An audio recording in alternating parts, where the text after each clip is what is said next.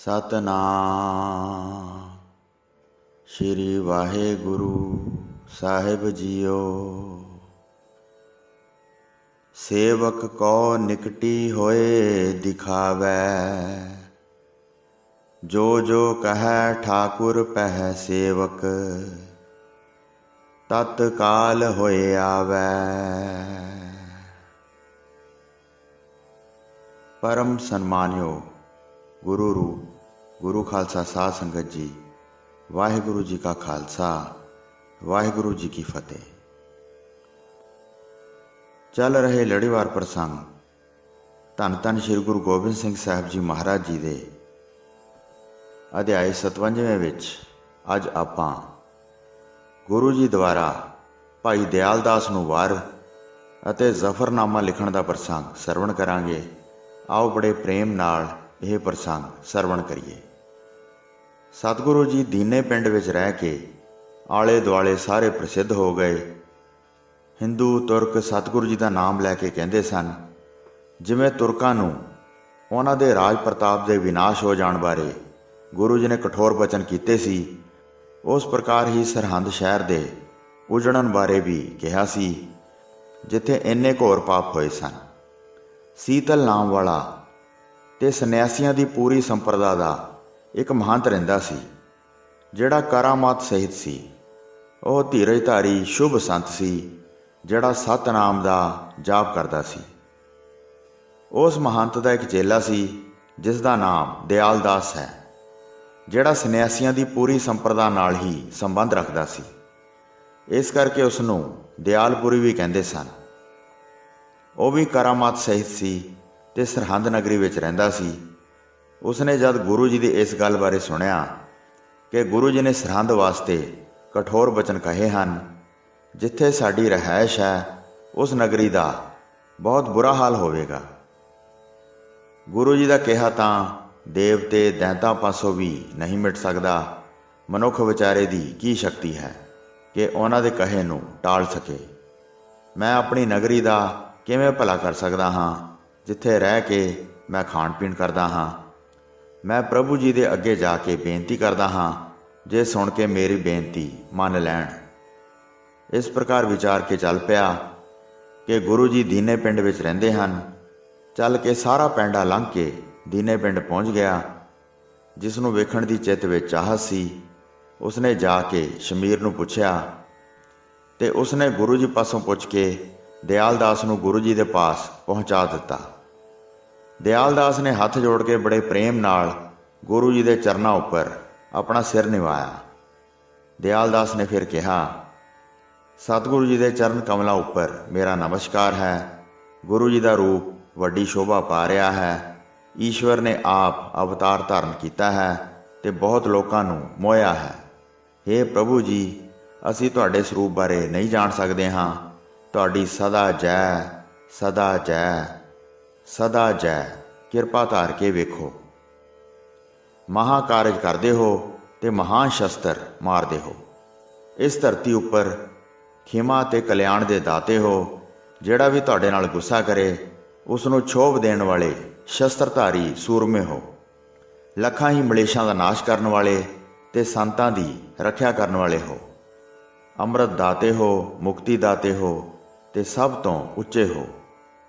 दोवें हाथ जोड़ के कीती होई मेरी नमस्कार प्रवान करो।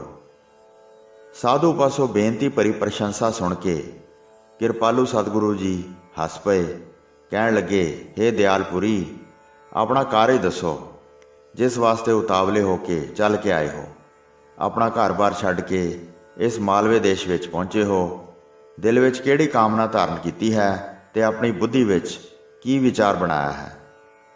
ये सुन के साधु बोलिया, जिस स्थान विखे अत पाप होए हैं, जिथे साहिबजादियां नूं शहीद किया गया है, उस स्थान वास्ते तुसी कठोर वचन कह दिते हैं। उत्थे मैं रहिंदा हाँ ते होर कई सिख सेवक भी रहिंदे हैं। जद दे तुहाडे कठोर वचन सुने हैं तां असी उसका वड्डा डर धारण किया है। वो सारे मिल के मेरे पास आए हैं। उन्हां दा प्रेरिया होया मैं इत्थे आया हाँ। इन्हां कठोर वचनां नूं बख्शाउण वास्ते सब ने कहा है। ਇਸ ਕਰਕੇ ਮੈਂ ਆਪਣਾ ਡੇਰਾ ਛੱਡ ਕੇ ਆਇਆ ਹਾਂ। ਮੈਂ ਬਹੁਤ ਮਨੁੱਖਾਂ ਸਹਿਤ ਆਪ ਜੀ ਦੀ ਸ਼ਰਨ ਵਿੱਚ ਆਇਆ ਹਾਂ। ਕਿਰਪਾ ਕਰਕੇ ਉਸ ਪ੍ਰਕਾਰ ਉਚਾਰਨ ਕਰੋ ਜਿਵੇਂ ਸਾਡੇ ਘਰ ਬਚੇ ਰਹਿਣ। ਸਾਧੂ ਦੇ ਸਿਨਿਮਰ ਬਚਨਾਂ ਨੂੰ ਸੁਣ ਕੇ ਸਤਿਗੁਰੂ ਜੀ ਨੇ ਕਿਹਾ, ਤੂੰ ਆ ਕੇ ਮਿਲ ਪਿਆ ਹੈ, ਇਸ ਕਰਕੇ ਤੈਨੂੰ ਬਖਸ਼ ਦਿੱਤਾ ਹੈ। ਹੁਣ ਆਪਣੇ ਡੇਰੇ ਵਿੱਚ ਪਹੁੰਚੋ। ਕੋਠੇ ਉੱਪਰ ਚੜ੍ਹ ਕੇ ਖੜੇ ਹੋ ਕੇ ਸ਼ੰਖ ਵਜਾਓ। ਜਿੱਥੇ ਜਿੱਥੇ ਤੇਰੀ ਸੇਵਕੀ ਹੈ ਉਹਨਾਂ ਨੂੰ ਸੁਣਾਓ। ਜਿੱਥੋਂ ਜਿੱਥੋਂ ਤੱਕ ਸ਼ੰਖ ਦੀ ਆਵਾਜ਼ ਪਹੁੰਚੇਗੀ ਉੱਥੋਂ ਉੱਥੋਂ ਵਸੇਬਾ ਰਹੇਗਾ। ਹੋਰ ਨਗਰੀ ਫਿਟਕਾਰੀ ਗਈ ਹੈ, ਉਹ ਛੇਤੀ ਹੀ ਵਿਨਾਸ਼ ਹੋ ਜਾਏਗੀ। ਜਿਹੜੇ ਡੂੰਘੀਆਂ ਨੀਹਾਂ ਵਾਲੇ ਘਰ ਹਨ ਉਹ ਸਾਰੇ ਮਿੱਟੀ ਵਿੱਚ ਮਿਲ ਜਾਣਗੇ। ਇਸਤਰੀ ਪੁਰਸ਼ਾਂ ਨੂੰ ਬਹੁਤ ਮਾਰਨਗੇ, ਜਿਸ ਕਰਕੇ ਉਹ ਵੱਡਾ ਦੁੱਖ ਪਾ ਕੇ ਰੁਲਣਗੇ। ਜਿੱਥੇ ਹੁਣ ਵੱਡਾ ਬਾਜ਼ਾਰ ਹੈ ਉਸ ਨੂੰ ਮੇਰੇ ਸਿੰਘ ਫੇਰ ਕੇ ਉਜਾੜ ਦੇਣਗੇ। ਹਰ ਇੱਕ ਤੁਰਕ ਨੂੰ ਗਰਕ ਕਰ ਦੇਣਗੇ ਤੇ ਲੁੱਟ ਕੇ ਮਾਰ ਦੇਣਗੇ।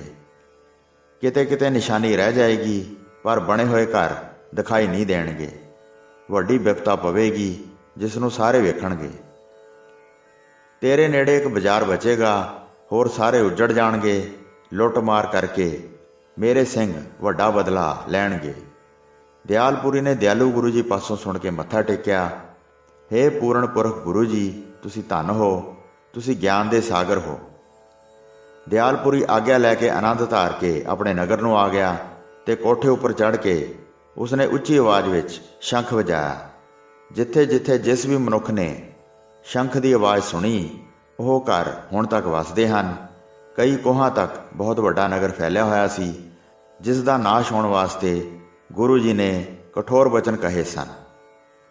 ਤੁਰਕਾਂ ਪਾਸ ਵੀ ਇਹ ਖਬਰ ਪੁੱਜੀ ਕਿ ਨਗਰ ਵਾਸਤੇ ਗੁਰੂ ਜੀ ਨੇ ਕਠੋਰ ਬਚਨ ਕਹੇ ਹਨ। ਹੁਣ ਕਾਂਗੜ ਨਗਰ ਵਿੱਚ ਬੈਠੇ ਹਨ ਤੇ ਜੰਗ ਦਾ ਅਖਾੜਾ ਲਾਉਣਗੇ। ਕਈ ਲੱਖ ਸੂਰਬੀਰ ਇਕੱਠੇ ਕਰਕੇ ਮੈਂ ਯੁੱਧ ਕਰਾਂਗਾ। ਸਭ ਦੇਸ਼ ਵਿੱਚ ਸੋਗ ਪਿਆ ਹੈ, ਲੱਖਾਂ ਹੀ ਵੈਰੀ ਮਾਰੇ ਹਨ। ਜੱਟਾਂ ਦੇ ਪਿੰਡਾਂ ਵਿੱਚ ਕਿਸੇ ਡਰ ਤੋਂ ਬਗੈਰ ਠਹਿਰੇ ਹਨ। ਕੋਈ ਕਿਲਾ ਨਹੀਂ, ਸੈਨਾ ਨਹੀਂ, ਨਾ ਹੀ ਧਨ ਹੈ ਅਤੇ ਨਾ ਹੀ ਕੋਈ ਘਰ ਹੈ। ਇਹ ਸੁਣ ਕੇ ਵਜ਼ੀਰ ਖਾਨ ਨੇ ਫਿਰ ਚਿੱਠੀ ਲਿਖ ਕੇ ਭੇਜੀ, ਹੇ ਲਖਮੀਰ ਸ਼ਮੀਰ, ਤੂੰ ਆਪਣੇ ਦਿਲ ਵਿੱਚ ਡਰ ਨਹੀਂ ਪਾਇਆ ਹੈ। ਤੂੰ ਬਾਦਸ਼ਾਹੀ ਬੰਦਾ ਹੈ। ਤੇਰਾ ਗੁਰੂ ਬਾਦਸ਼ਾਹ ਦਾ ਦੁਸ਼ਮਣ ਹੈ। ਉਸ ਨੂੰ ਫੜ ਕੇ ਸਾਨੂੰ ਦਿਓ, ਹੁਣ ਤੁਹਾਡੇ ਪਾਸ ਬੈਠਾ ਹੈ। ਨਹੀਂ ਤਾਂ ਅਸੀਂ ਸਾਰਿਆਂ ਨੂੰ ਫੜਾਂਗੇ ਅਤੇ ਦੰਡ ਸਜ਼ਾਵਾਂ ਦਿਆਂਗੇ। ਬਹੁਤ ਵੱਡਾ ਲਸ਼ਕਰ ਉਮੜ ਕੇ ਆਵੇਗਾ, ਤਕੜਾਈ ਕਰ ਲਓ। ਜੇ ਆਪਣਾ ਭਲਾ ਚਾਹੁੰਦੇ ਹੋ ਤਾਂ ਉਹਨਾਂ ਨੂੰ ਫੜ ਲਓ, ਕਿਸੇ ਹੋਰ ਸਥਾਨ 'ਤੇ ਨਾ ਚਲੇ ਜਾਣ। ਇਹ ਸੁਣ ਕੇ ਲਖਮੀਰ ਸ਼ਮੀਰ ਨੇ ਫਿਰ ਸਾਰੀ ਗਾਥਾ ਸੁਣਾਈ। ਸਾਡੇ ਇਹ ਗੁਰੂ ਪੀਰ ਹਨ, ਵਿਚਰਦੇ ਚੱਲ ਕੇ ਆਏ ਹਨ। ਇਹਨਾਂ ਦੀ ਕਿਵੇਂ ਸੇਵਾ ਨਾ ਕਰੀਏ, ਜਿਨ੍ਹਾਂ ਪਾਸੋਂ ਅਸੀਂ ਮੁਕਤੀ ਪ੍ਰਾਪਤ ਕਰਦੇ ਹਾਂ। ਤੁਸੀਂ ਆਪਣੇ ਵੱਲ ਵੇਖੋ, ਤੁਸੀਂ ਪੀਰਾਂ ਦੀ ਸੇਵਾ ਕਰਦੇ ਹੋ, ਘਰ ਰੱਖ ਕੇ ਉਹਨਾਂ ਨਾਲ ਮਿੱਠਾ ਬੋਲਦੇ ਹੋ ਤੇ ਫਿਰ ਸਭ ਕੁਝ ਦਿੰਦੇ ਹੋ। ਇੱਕ ਮਨੁੱਖ ਦੇ ਪਾਸ ਇਸ ਪ੍ਰਕਾਰ ਕਹਿ ਕੇ ਭੇਜਿਆ। ਉਸਨੂੰ ਇਹ ਵੀ ਕਿਹਾ, ਸਾਵਧਾਨੀ ਰੱਖੋ, ਜਦ ਸੈਨਾ ਚੜ੍ਹ ਕੇ ਆਵੇ ਤਾਂ ਤੁਰੰਤ ਸਾਨੂੰ ਖਬਰ ਦਿਓ। ਇੱਧਰ ਸਤਿਗੁਰੂ ਜੀ ਨੇ ਸਾਵਧਾਨ ਹੋ ਕੇ ਬਹੁਤ ਸੇਵਾਦਾਰ ਰੱਖੇ, ਬਹੁਤ ਪੈਦਲ ਅਤੇ ਘੋੜਸਵਾਰ ਰੱਖੇ। ਵੈਰੀ ਨਾਲ ਯੁੱਧ ਕਰਨਾ ਚਾਹੁੰਦੇ ਸਨ। ਉਸ ਚੁਬਾਰੇ ਵਿੱਚ ਗੁਰੂ ਜੀ ਸਹਿਜ ਸੁਭਾਅ ਟਿਕੇ ਰਹੇ। ਹੱਥ ਵਿੱਚ ਤਲਵਾਰ ਫੜਦੇ ਸਨ ਤੇ ਉਂਗਲੀ ਨੂੰ ਖੁਰਚਦੇ ਸਨ। ਇੱਕ ਦਿਨ ਲਖਮੀਰ ਪਾਸ ਬੈਠਾ ਹੱਥ ਜੋੜ ਕੇ ਬੋਲਿਆ, ਉਂਗਲੀ ਨੂੰ ਤਲਵਾਰ ਨਾਲ ਖੁਰਚਦੇ ਹੋ, ਇਸ ਨਾਲ ਕਿਹੜਾ ਵੱਡਾ ਲਾਭ ਪ੍ਰਾਪਤ ਹੁੰਦਾ ਹੈ। ਗੁਰੂ ਜੀ ਕਹਿਣ ਲੱਗੇ, ਤੁਰਕਾਂ ਦੀ ਜਿਹੜੀ ਬੜੀ ਡੂੰਘੀ ਜੜ ਹੈ, ਇਸ ਨੂੰ ਕੱਟਦੇ ਹਾਂ, ਇਹ ਭਵਿੱਖ ਵਿੱਚ ਨਸ਼ਟ ਹੋ ਜਾਏਗੀ, ਕੋਈ ਵੀ ਕਿਤੇ ਲੱਭੇਗਾ ਨਹੀਂ। ਮਾਨ ਸਿੰਘ ਨੇ ਫਿਰ ਕਿਹਾ, ਜਿਸ ਨੇ ਆਪਣਾ ਈਮਾਨ ਹੀ ਨਾਸ਼ ਕਰ ਦਿੱਤਾ ਹੈ, ਪਹਿਲਾਂ ਉਸ ਨੌਰੰਗੇ ਨੂੰ ਮਾਰੋ ਜਿਹੜਾ ਜਹਾਨ ਵਿੱਚ ਦਵੰਦ ਮਚਾਉਣ ਵਾਲਾ ਹੈ। ਵਜੀਦਾ ਆਦਿ ਆਪਣੇ ਪਾਪ ਦਾ ਫਲ ਪਾਉਣ, ਜਗਤ ਇਹ ਵੇਖ ਕੇ ਜਾਣ ਲਵੇ ਕਿ ਪਾਪੀ ਖਤਮ ਹੋ ਗਏ ਹਨ। ਗੁਰੂ ਜੀ ਨੇ ਫਿਰ ਮੁਖ ਤੋਂ ਕਿਹਾ, ਨੌਰੰਗਾ ਜੰਗ ਕਰਨ ਨਾਲ ਮਰ ਸਕਦਾ ਹੈ, ਪਰ ਉਹ ਬਹੁਤ ਦੂਰ ਦੱਖਣ ਦੇਸ਼ ਵਿੱਚ ਹੈ, ਜਿੱਥੇ ਕਿਸੇ ਢੰਗ ਨਾਲ ਗੱਲ ਨਹੀਂ ਬਣਦੀ ਹੈ। ਫਿਰ ਵੀ ਫਤਿਹ ਦਾ ਖਤ ਲਿਖਦੇ ਹਾਂ, ਜਿਸ ਨੂੰ ਪੜ੍ਹ ਕੇ ਹੀ ਮਰ ਜਾਏਗਾ। ਹੋਰਨਾਂ ਪਾਸੋਂ ਮੇਰੇ ਸਿੰਘ ਬਦਲਾ ਲੈ ਲੈਣਗੇ। ਫਿਰ ਗੁਰੂ ਜੀ ਨੇ ਜ਼ਫਰਨਾਮਾ ਲਿਖਿਆ। ਉਸ ਵਿੱਚ ਬਹੁਤ ਬੈਂਤ ਬਣਾਏ। ਪਹਿਲਾਂ ਸ਼੍ਰੀ ਅਕਾਲ ਪੁਰਖ ਕਰਤਾ ਪੁਰਖ ਦੀ ਵਡਿਆਈ ਕੀਤੀ, ਧਰਮ ਦਾ ਇਕਰਾਰ ਕੀਤਾ ਸੀ। ਤੇ ਮਿਲਣ ਵਾਸਤੇ ਠਹਿਰਾਇਆ ਸੀ, ਪਰ ਤੂੰ ਉਸ ਇਕਰਾਰ ਨੂੰ ਬੇਈਮਾਨ ਬਣ ਕੇ ਤੋੜ ਦਿੱਤਾ ਤੇ 10 ਲੱਖ ਦਾ ਲਸ਼ਕਰ ਭੇਜਿਆ। ਫਿਰ ਚਮਕੌਰ ਦੀ ਜੰਗ ਦਾ ਵੀ ਥੋੜਾ ਹਾਲ ਵਰਣਨ ਕੀਤਾ। ਉਲਾਂਭੇ ਦਿੱਤੇ, ਤੂੰ ਦੋਜ਼ਖ ਵਿੱਚ ਪਵੇਂਗਾ, ਜਿੱਥੇ ਵੱਡੇ ਸੰਕਟ ਝੱਲੇਂਗਾ। ਤੂੰ ਬੇਇਨਸਾਫੀ ਕੀਤੀ ਹੈ, ਇਸ ਕਰਕੇ ਤੈਨੂੰ ਵੱਡੀ ਸਜ਼ਾ ਮਿਲਣੀ ਚਾਹੀਦੀ ਹੈ। ਤੇਰੀ ਹੁਣ 8 ਦਿਨਾਂ ਦੀ ਸਹਿਬੀ ਹੈ, ਮਨ ਭਾਉਂਦੀ ਕਰ ਲੈ। ਬਾਦਸ਼ਾਹਾਂ ਦੀਆਂ ਹਕਾਇਤਾਂ ਅਤੇ ਕਈ ਕੁਝ ਹੋਰ ਮਹਾਨ ਚਤੁਰ ਸ਼ਾਇਰੀ ਵਿੱਚ ਬੈਂਤ ਬਣਾ ਕੇ ਲਿਖੇ। ਜੈਸੇ ਜੈਸੇ ਆਸ਼ੇ ਸੀ, ਉਹਨਾਂ ਨੂੰ ਸਮਝਾਉਣ ਵਾਸਤੇ ਅਨੇਕ ਪ੍ਰਸੰਗ ਕਹੇ, ਜਿਵੇਂ ਮੂਰਖ ਅਚੇਤ ਸੁਣ ਲਵੇ। ਨੌਰੰਗੇ ਦੇ ਸਾਹਮਣੇ ਕੁਝ ਆਪਣੀ ਕਥਾ ਵੀ ਲਿਖੀ, ਜਿਸ ਨੂੰ ਪੜ੍ਹ ਕੇ ਉਹ ਜਾਣ ਜਾਵੇ ਕਿ ਉਸਨੇ ਬਹੁਤ ਮਾੜੇ ਕੰਮ ਕੀਤੇ ਸਨ। ਪਾਤਸ਼ਾਹ ਪ੍ਰਭੂ ਨੇ ਕੀਤੇ ਜਿਨ੍ਹਾਂ ਨੇ ਧਰਮ ਦ੍ਰਿੜਾਇਆ, ਮੈਂ ਜਗਤ ਵਿੱਚ ਕਈ ਗਿਣ ਸਕਦਾ ਹਾਂ, ਜਿਵੇਂ ਉਹਨਾਂ ਨੇ ਧਰਮ ਦੀ ਕਮਾਈ ਕੀਤੀ। ਤੂੰ ਨੌਰੰਗਾ ਬਾਦਸ਼ਾਹ ਸੁਣ, ਬਾਦਸ਼ਾਹਤ 'ਤੇ ਬੈਠਾ ਹੈ, ਤੈਨੂੰ ਧਰਮ ਕਮਾਉਣਾ ਚਾਹੀਦਾ ਸੀ ਕਿ ਪਾਪ ਇਕੱਠੇ ਕਰਨੇ ਸਨ। ਤੂੰ ਖਾਲਕ ਦੀ ਦਰਗਾਹ ਵਿੱਚ ਕਿਹੜਾ ਮੂੰਹ ਲੈ ਕੇ ਜਾਵੇਂਗਾ? ਜਿਹੜਾ ਤੂੰ ਇੱਥੇ ਭਲਾ ਬੁਰਾ ਕੀਤਾ ਹੈ, ਉਹ ਤੇਰੇ ਨਾਲ ਜਾਵੇਗਾ। ਪਹਿਲਾਂ ਤੂੰ ਮੈਨੂੰ ਮਿਲਣ ਵਾਸਤੇ ਲਿਖਿਆ ਸੀ, ਪਰ ਦਿਲ ਵਿੱਚ ਦਗਾ ਕਮਾਇਆ, ਅਣਗਿਣਤ ਫੌਜਾਂ ਚਾੜ ਕੇ ਘੇਰਾ ਪਵਾ ਦਿੱਤਾ। ਤੂੰ ਕੈਸਾ ਇਨਸਾਫ ਕੀਤਾ ਹੈ? ਮਨ ਵਿੱਚ ਅਭਿਮਾਨ ਕਰਦਾ ਹੈ। ਤੂੰ ਝੂਠੀ ਮੁੱਠੀ ਦਾ ਕੁਰਾਨ ਪੜ੍ਹਦਾ ਹੈ, ਪਰ ਉਸ ਉੱਪਰ ਕਦੀ ਅਮਲ ਨਹੀਂ ਕਮਾਉਂਦਾ ਹੈ। ਜੇ ਤੂੰ ਇਹ ਕਹੇਂ ਕਿ ਮੇਰੇ ਨਾਲ ਇਨਸਾਫ ਕਮਾਇਆ ਹੈ, ਤਾਂ ਕੰਨ ਦੇ ਕੇ ਸੁਣ, ਮੈਂ ਸਭ ਕੁਝ ਬਣਾ ਕੇ ਕਹਿੰਦਾ ਹਾਂ। ਮੈਂ ਇੱਕ ਪਹਾੜ ਉੱਪਰ ਵਸਦਾ ਸੀ, ਕਿਸੇ ਪਹਾੜੀਏ ਦਾ ਕੋਈ ਪਿੰਡ ਨਹੀਂ ਸੀ ਮੱਲਿਆ, ਨਾ ਕਿਸੇ ਦਾ ਦੇਸ਼ ਮੁਲਕ ਰੋਕਿਆ ਸੀ, ਤੇ ਨਾ ਹੀ ਕਿਸੇ ਦਾ ਦੇਸ਼ ਮੁਲਕ ਖੋਹ ਲਿਆ ਸੀ। ਤੇ ਮੇਰਾ ਘਰ ਆਨੰਦਪੁਰ ਬਿਨ ਦਾਵੇ ਮੇਰਾ ਸੀ, ਕਿਉਂਕਿ ਉਹ ਸਾਡੀ ਜ਼ਰ ਖਰੀਦ ਸੀ। ਕਿਸੇ ਦਾ ਦਿੱਤਾ ਨਹੀਂ ਖਾਂਦੇ ਸੀ, ਪ੍ਰਭੂ ਦਾ ਦਿੱਤਾ ਖਾਂਦੇ ਸੀ। ਇੱਕ ਅਕਾਲ ਪੁਰਖ ਨੂੰ ਮੰਨਦੇ ਸੀ, ਕਿਸੇ ਨੂੰ ਵੀ ਦਿਖਾਉਂਦੇ ਨਹੀਂ ਸੀ। ਪਹਿਲਾਂ ਮੇਰੇ ਪਿਤਾ ਜੀ ਨੂੰ ਕੈਦ ਕਰਕੇ ਸ਼ਹੀਦ ਕਰਵਾ ਦਿੱਤਾ। ਐਸੇ ਦਗੇ ਕਰਕੇ ਆਪਣੇ ਆਪ ਨੂੰ ਬਹਾਦਰ ਮੰਨ ਕੇ ਹੰਕਾਰ ਕਰਦਾ ਹੈ। ਜਿਸ ਪ੍ਰਕਾਰ ਦਾ ਤੂੰ ਬੇਇਨਸਾਫ ਸੀ, ਉਸ ਤਰ੍ਹਾਂ ਦੇ ਹੀ ਸਾਰੇ ਰਾਜੇ ਸਨ। ਮੇਰੀ ਸਿੱਖ ਸੰਗਤ ਸ਼ਹੀਦ ਕਰਕੇ ਤੂੰ ਬੜਾ ਮਾੜਾ ਕੰਮ ਕੀਤਾ ਹੈ। ਖਜ਼ਾਨੇ ਲੁੱਟ ਕੇ ਤੂੰ ਬਹੁਤ ਸਿੱਖਣੀਆਂ ਵੀ ਸ਼ਹੀਦ ਕਰ ਦਿੱਤੀਆਂ ਹਨ। ਤੂੰ ਇਹ ਵੱਡੀ ਬੇਇਨਸਾਫੀ ਕੀਤੀ ਹੈ। ਹੇ ਮੂਰਖ, ਆਪਣੇ ਮਨ ਵਿੱਚ ਸਮਝ, ਬੇਇਨਸਾਫੀ ਤੇਰੇ ਘਰ ਵਿੱਚ ਹੈ, ਪਰ ਪ੍ਰਭੂ ਦੇ ਘਰ ਵਿੱਚ ਨਹੀਂ। ਜਿਵੇਂ ਕੋਈ ਭਲਾ ਬੁਰਾ ਕਰਦਾ ਹੈ, ਉਸ ਪ੍ਰਕਾਰ ਦਾ ਹੀ ਉਹ ਫਲ ਪ੍ਰਾਪਤ ਕਰਦਾ ਹੈ। 10 ਲੱਖ ਤੁਰਕਾਂ ਅਤੇ ਪਹਾੜੀਆਂ ਨੇ ਵੱਡਾ ਘੇਰਾ ਪਾਇਆ ਸੀ। ਗਊ ਕੁਰਾਨ ਦੀ ਕਸਮ ਖਾ ਕੇ ਫਿਰ ਖੰਡਨ ਕਰ ਦਿੱਤੀ। ਉਸ ਕਸਮ ਉੱਪਰ ਤੂੰ ਟਿਕਿਆ ਨਹੀਂ। ਜਦ ਅਸੀਂ ਬਾਹਰ ਨਿਕਲੇ ਤਾਂ ਸਾਰਾ ਲਸ਼ਕਰ ਪਿੱਛੇ ਆ ਗਿਆ। ਸਿੰਘਾਂ ਨੇ ਯੁੱਧ ਕੀਤਾ ਅਤੇ ਚਲਦੇ ਚਲਦੇ ਚਮਕੌਰ ਸਾਹਿਬ ਪਹੁੰਚ ਗਏ। ਮੇਰੇ ਨਾਲ ਕੇਵਲ 40 ਸਿੰਘ ਸਨ, ਜਿਹੜੇ ਯੁੱਧ ਕਰਕੇ ਸ਼ਹੀਦ ਹੋ ਗਏ। ਭੁੱਖੇ ਭਾਣੇ ਕੀ ਕਰਦੇ, ਜਦ ਗਿਣਤੀ ਰਹਿਤ ਬੇਅੰਤ ਲਸ਼ਕਰ ਪਹੁੰਚ ਗਿਆ। ਚਾਰੇ ਸਾਹਿਬਜ਼ਾਦੇ ਛਲ ਕਰਕੇ ਸ਼ਹੀਦ ਕਰ ਦਿੱਤੇ। ਅਕਾਲ ਪੁਰਖ ਨੇ ਮੇਰੀ ਰੱਖਿਆ ਕੀਤੀ ਹੈ ਤੇ ਹੱਥ ਦੇ ਕੇ ਬਚਾ ਲਿਆ ਹੈ। ਜਦ ਤੂੰ ਖਾਲਕ ਦੇ ਦਰਵਾਜ਼ੇ ਤੇ ਜਾਵੇਂਗਾ ਤਾਂ ਤੈਨੂੰ ਪੁੱਛਣਗੇ, ਵਾਹਿਗੁਰੂ ਦੇ ਦਾਸਾਂ ਨੇ ਤੇਰਾ ਕੀ ਵਿਗਾੜਿਆ ਹੈ? ਤਾਂ ਮੂੰਹ ਨਾਲ ਕੀ ਕਹੇਂਗਾ? ਫਿਰ ਤੂੰ ਕੀ ਜਵਾਬ ਦੇਵੇਂਗਾ, ਜਿਸ ਨੇ ਐਡਾ ਵੱਡਾ ਅਨਿਆਏ ਕੀਤਾ ਹੈ? ਤੂੰ ਖਬਰਦਾਰ ਹੋ ਕੇ ਰਹਿ, ਤੇਰੇ ਨਾਲ ਵੀ ਬਹੁਤ ਭਿਆਨਕ ਬੀਤੇਗੀ। ਖਾਲਕ ਦੀ ਦਰਗਾਹ ਵਿੱਚੋਂ ਲੈਣਦਾਰ ਆਉਣਗੇ, ਤੈਨੂੰ ਉਹਨਾਂ ਸਾਹਮਣੇ ਕੋਈ ਉੱਤਰ ਨਹੀਂ ਆਵੇਗਾ। ਫਿਰ ਬਹੁਤ ਦਿਲਗੀਰ ਹੋਵੇਂਗਾ। ਜਿੰਨੇ ਵੀ ਦੋਜ਼ਖ ਬਣੇ ਹਨ, ਉਹ ਬੇਇਨਸਾਫਾਂ ਵਾਸਤੇ ਬਣੇ ਹਨ। ਫੜ ਕੇ ਜਦ ਅੱਗ ਵਿੱਚ ਸੁੱਟਦੇ ਹਨ ਤਾਂ ਸੜਦੇ ਹੋਏ ਪੁਕਾਰ ਕਰਦੇ ਹਨ। ਉੱਥੇ ਰਾਜਾ ਰੰਕ ਇੱਕ ਸਮਾਨ ਹੁੰਦੇ ਹਨ। ਉੱਥੇ ਕਿਸੇ ਦੀ ਐਂਠ ਨਹੀਂ ਚੱਲਦੀ। ਛੋਟਿਆਂ ਦੀ ਪਹਿਲਾਂ ਸੁਣਦੇ ਹਨ ਤੇ ਹੰਕਾਰੀਆਂ ਦੀ ਪਿੱਛੋਂ। ਜਿਹੜਾ ਤੇਰੇ ਮਨ ਵਿੱਚ ਘਮੰਡ ਹੈ ਕਿ ਮੈਂ ਮਿਹਨਤ ਦੇ ਜੌਂ ਖਾਂਦਾ ਹਾਂ, ਰਾਜਵੰਸ਼ ਨਹੀਂ ਖਾਂਦੇ ਹਨ, ਇਸ ਕਰਕੇ ਮੈਂ ਬਖਸ਼ਿਆ ਜਾਵਾਂਗਾ, ਇਹ ਤੇਰਾ ਘਮੰਡ ਵੀ ਝੂਠਾ ਹੈ। ਘੋੜੇ ਜੌਂ ਖਾਂਦੇ ਹਨ, ਉਹ ਵੀ ਵਲੀ ਨਹੀਂ ਹੋ ਜਾਂਦੇ, ਭਾਰ ਢਾਉਂਦੇ ਮਰ ਜਾਂਦੇ ਹਨ। ਜੇ ਘੋੜਾ ਵਲੀ ਨਾ ਹੋ ਸਕਿਆ ਤਾਂ ਤੂੰ ਕਿਸ ਵਿਧੀ ਨਾਲ ਵਲੀ ਹੋ ਜਾਏਗਾ? ਤੂੰ ਝੂਠਾ ਹੰਕਾਰ ਕਰਦਾ ਹੈ ਤੇ ਪਰਲੋਕ ਗਵਾ ਲਿਆ ਹੈ। ਜਿਹੜਾ ਤੇਰੇ ਹਿਰਦੇ ਵਿੱਚ ਘਮੰਡ ਹੈ ਕਿ ਮੈਂ ਕੁਰਾਨ ਪੜ੍ਹਦਾ ਹਾਂ ਤੇ ਇਸ ਬਖਸ਼ਿਸ਼ ਨਾਲ ਛੁਟਕਾਰਾ ਪਾ ਲਵਾਂਗਾ, ਇਹ ਸਭ ਕੁਝ ਤੂੰ ਝੂਠ ਕਮਾ ਰਿਹਾ ਹੈ।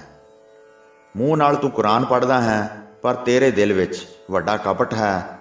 ਇਨਸਾਨ ਅਮਲਾਂ ਬਗੈਰ ਨਹੀਂ ਬਖਸ਼ਿਆ ਜਾਂਦਾ, ਇਹ ਮਨ ਵਿੱਚ ਗਿਣਤੀ ਕਰਕੇ ਵੇਖੀ ਹੈ। ਦਗਰਨਾਮੇ ਪੰਛੀ ਦੇ ਪਰਾਂ ਦੇ ਕੁਰਾਨ ਲਿਖੇ, ਪਰ ਵਲੀ ਨਾ ਹੋਇਆ। ਤੂੰ ਆਪਣੇ ਆਪ ਨੂੰ ਵਲੀ ਜਾਣ ਕੇ ਦਿਲ ਵਿੱਚ ਕਿਉਂ ਘਮੰਡ ਕਰਦਾ ਹੈ? ਜੇ ਤੈਨੂੰ ਇਹ ਘਮੰਡ ਹੈ ਕਿ ਮੈਂ ਇਹ ਕਹਿ ਦਿਆਂਗਾ ਕਿ ਮੈਂ ਬੰਦਗੀ ਕਰਦਾ ਹਾਂ, 2-4 ਆਇਤਾਂ ਪੜ੍ਹ ਕੇ ਇੰਜ ਆਪਣੇ ਆਪ ਨੂੰ ਬਖਸ਼ਾ ਲਵਾਂਗਾ। ਅਸਲ ਬੰਦਗੀ ਤਾਂ ਉਸ ਦਾ ਨਾਮ ਹੈ, ਜਿਹੜੇ ਆਪਣੇ ਮਨ ਨੂੰ ਪਵਿੱਤਰ ਕਰੇ, ਪਰ ਉਲਟਾ ਮਨ ਮੋਟਾ ਕੀਤਾ ਹੈ ਤੇ ਮਨ ਨੂੰ ਵੱਡਾ ਲਾਲਚੀ ਬਣਾ ਲਿਆ ਹੈ। ਤੂੰ ਆਪਣੇ ਮਨ ਦੀਆਂ ਖੁਸ਼ੀਆਂ ਕੀਤੀਆਂ ਹਨ ਤੇ ਆਪਣੇ ਪਿਤਾ ਅਤੇ ਭਰਾ ਮਰਵਾਏ ਹਨ। ਤੂੰ ਕਿਹੜੀ ਬੰਦਗੀ ਕੀਤੀ ਹੈ? ਸਭ ਕਪਟ ਹੀ ਕਮਾਏ ਹਨ। ਜਿਹੜਾ ਤੇਰੇ ਮਨ ਵਿੱਚ ਘਮੰਡ ਹੈ ਕਿ ਮੈਂ ਪੈਗੰਬਰ ਦੀ ਉਮਤ ਹਾਂ, ਉਹ ਮੇਰੀ ਸਿਫਾਰਿਸ਼ ਭਰਨਗੇ, ਜਿਵੇਂ ਆਕਾਸ਼ ਬਾਣੀ ਵਿੱਚ ਕਿਹਾ ਗਿਆ ਹੈ।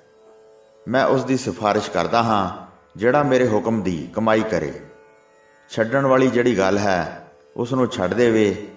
ਜੋ ਕਮਾਉਣੀ ਉਸਨੇ ਕਹੀ ਹੈ ਸੋ ਨਹੀਂ ਕਮਾਈ ਹੈ। ਜੇ ਪੀਰ ਦੀ ਗੱਲ ਹੀ ਨਹੀਂ ਮੰਨੀ ਹੈ ਤਾਂ ਉਹ ਕਿਵੇਂ ਛੁਡਵਾ ਲਵੇਗਾ? ਮਾਇਆ ਦੁਨੀਆ ਕਰੰਗ ਹੈ ਤੇ ਉਸ ਦਾ ਚਾਹਵਾਨ ਕੁੱਤਾ ਹੈ।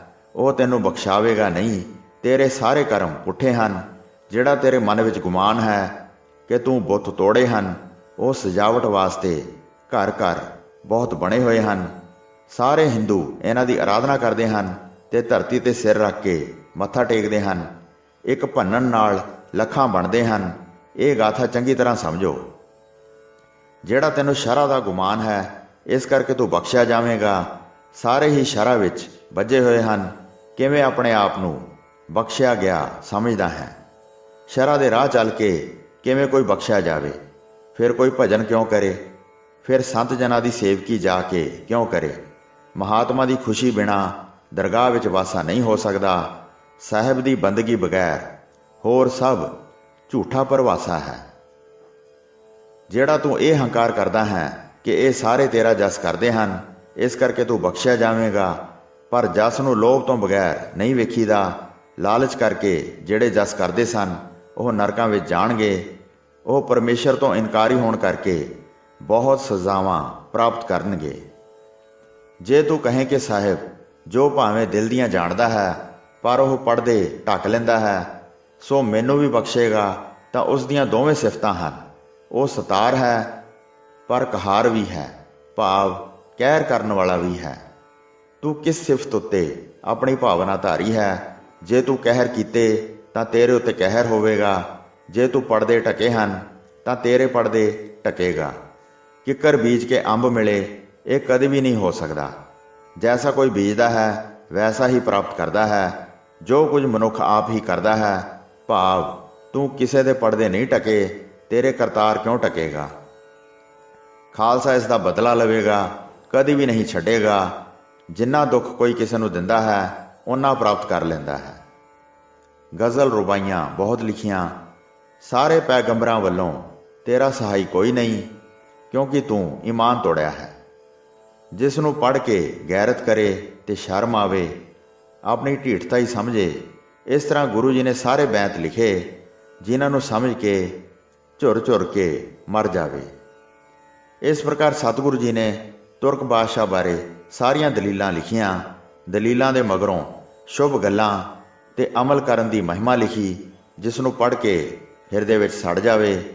ਇਹ ਸਮਝ ਕੇ ਕਿ ਮੈਂ ਭਲੀ ਸ਼ਰ੍ਹਾ ਚਲਾਈ ਸੀ, ਆਪਣਾ ਹੁਕਮ ਜਾਰੀ ਕਰਕੇ ਜਿੱਥੇ ਕਿੱਥੇ ਸਭ ਤੋਂ ਕਰਵਾਈ ਹੈ। ਮੈਂ ਸ਼ੁਭ ਅਮਲ ਕਰਦਾ ਰਿਹਾ ਹਾਂ। ਇਸ ਪ੍ਰਕਾਰ ਹੰਕਾਰ ਧਾਰਨ ਕਰਦਾ ਸੀ। ਮੈਨੂੰ ਦੋਜ਼ਖ ਦੀ ਸਜ਼ਾ ਨਹੀਂ ਬਣਦੀ ਹੈ, ਇਹ ਨਿਸ਼ਚਾ ਧਾਰਨ ਕੀਤਾ ਸੀ। ਪੂਰੇ ਸਤਿਗੁਰੂ ਜੀ ਨੇ ਲਿਖ ਲਿਖ ਕੇ ਉਸ ਦੀਆਂ ਗੱਲਾਂ ਦਾ ਹੀ ਖੰਡਨ ਕੀਤਾ। ਤੁਰਕ ਨੂੰ ਸਾਰੀ ਗੱਲ ਜਤਾਈ, ਤੂੰ ਜ਼ਰੂਰ ਨਰਕਾਂ ਵਿੱਚ ਜਾਵੇਂਗਾ। ਚਾਰੇ ਸਾਹਿਬਜ਼ਾਦੇ ਤੂੰ ਛਲ ਕਰਕੇ ਸ਼ਹੀਦ ਕਰਵਾਏ। ਇਹ ਤੇਰੇ ਸਿਰ ਉੱਪਰ ਮਹਾਪਾਪ ਹੈ, ਜਿਹੜੇ ਤੂੰ ਵਾਅਦੇ ਕਰ ਕਰਕੇ ਤੋੜ ਲਏ। ਨੌਰੰਗੇ ਦਾ ਪਿਤਾ ਸ਼ਾਹਜਹਾਂ ਤੇ ਉਸ ਦਾ ਪਿਤਾ ਜਹਾਂਗੀਰ ਤੇ ਉਸ ਦਾ ਪਿਤਾ ਅਕਬਰ, ਇਹਨਾਂ ਤੇਰਿਆਂ ਵਡੇਰਿਆਂ ਦੇ ਅਜੀਬ ਹਾਲਾਤ ਲਿਖੇ ਹਨ। ਉਹ ਦੱਸ ਤੇਰੇ ਵੱਡੇ ਹੁਣ ਕਿੱਥੇ ਹਨ? ਮਰ ਕੇ ਮਿੱਟੀ ਵਿੱਚ ਮਿਲ ਗਏ ਹਨ। ਭਾਵ ਇਹ ਕੁਝ ਦਿਨਾਂ ਦੀ ਖੇਡ ਹੈ। ਹੇ ਪਾਜੀ, ਕੀ ਤੂੰ ਇਹ ਸੱਚੀ ਸਮਝੀ ਹੈ? ਸਾਰੇ ਹੱਥ ਝਾੜ ਕੇ ਚਲੇ ਗਏ ਹਨ। ਇਸ ਪ੍ਰਕਾਰ ਬੈਂਤਾਂ ਵਿੱਚ ਲਿਖ ਕੇ ਸ਼ੁਭ ਦਲੀਲਾਂ ਬਣਾਈਆਂ, ਜਿਸ ਨੂੰ ਪੜ੍ਹ ਕੇ ਗਮਗੀਨ ਹੋ ਕੇ ਤੁਰੰਤ ਮਰ ਜਾਏ। ਇਸ ਤੋਂ ਬਾਅਦ ਅਸੀਂ ਸਾਰਿਆਂ ਪਾਸੋਂ ਬਦਲਾ ਲਵਾਂਗੇ, ਬਹੁਤ ਤੁਰਕ ਮਾਰ ਦਿਆਂਗੇ ਤੇ ਇਹਨਾਂ ਦਾ ਰਾਜ ਖਤਮ ਹੋ ਜਾਏਗਾ। ਫਿਰ ਇੱਕ ਓਅੰਕਾਰ ਸਤਨਾਮ ਦਾ ਮੰਤਰ ਲਿਖ ਕੇ ਫਿਰ ਸੁੰਦਰ ਵਾਹਿਗੁਰੂ ਜੀ ਕੀ ਫਤਿਹ ਲਿਖ ਦਿੱਤੀ। ਸਰਬ ਸਮਰੱਥ ਸਤਿਗੁਰੂ ਜੀ ਨੇ ਫਿਰ ਸਾਰੇ ਕਾਗਜ਼ ਇਕੱਠੇ ਕਰਕੇ ਉਸ ਪੱਤਰ ਦਾ ਨਾਮ ਜ਼ਫਰਨਾਮਾ ਰੱਖਿਆ, ਜਿਹੜਾ ਵੈਰੀ ਵਾਸਤੇ ਘਾਤਕ ਸੀ। ਇੱਧਰ ਲੱਖਾਂ ਸੂਰਬੀਰ ਮਾਰ ਕੇ ਬਾਦਸ਼ਾਹ ਦੀਆਂ ਅੱਖਾਂ ਵਿੱਚ ਘੱਟਾ ਪਾਇਆ, ਉਧਰ ਕਾਗਜ਼ ਪੜ੍ਹਦਿਆਂ ਹੀ ਬਾਦਸ਼ਾਹ ਮਰ ਜਾਵੇਗਾ। ਪੱਤਰ ਦਾ ਨਾਮ ਰੱਖਿਆ ਫਤਿਹ ਦਾ ਖੱਤ। ਇਹੋ ਕਾਰਨ ਜਾਣੋ ਕਿ ਦੋਵੇਂ ਪਾਸੀ ਤੁਰਕ ਦਾ ਨਾਸ਼ ਹੋਵੇਗਾ ਤੇ ਉਹਨਾਂ ਦੇ ਰਾਜ ਦਾ ਨਾਸ਼ ਹੋ ਜਾਏਗਾ। ਸੋ ਸਾਧ ਸੰਗਤ ਜੀ, ਇੱਥੇ 6ਵੀਂ ਰੁੱਤ ਦਾ 57ਵਾਂ ਅਧਿਆਇ ਸਮਾਪਤ ਹੁੰਦਾ ਹੈ ਜੀ। ਪ੍ਰਸੰਗ ਸੁਣਾਉਂਦੇ ਹੋਈਆਂ ਅਨੇਕ ਭੁੱਲਾਂ ਚੁੱਕਾਂ ਦੀ ਖਿਮਾ ਬਖਸ਼ਣੀ ਜੀ। ਦਾਸ ਨੂੰ ਆਗਿਆ ਦਿਓ। ਵਾਹਿਗੁਰੂ ਜੀ ਕਾ ਖਾਲਸਾ, ਵਾਹਿਗੁਰੂ ਜੀ ਕੀ ਫਤਿਹ।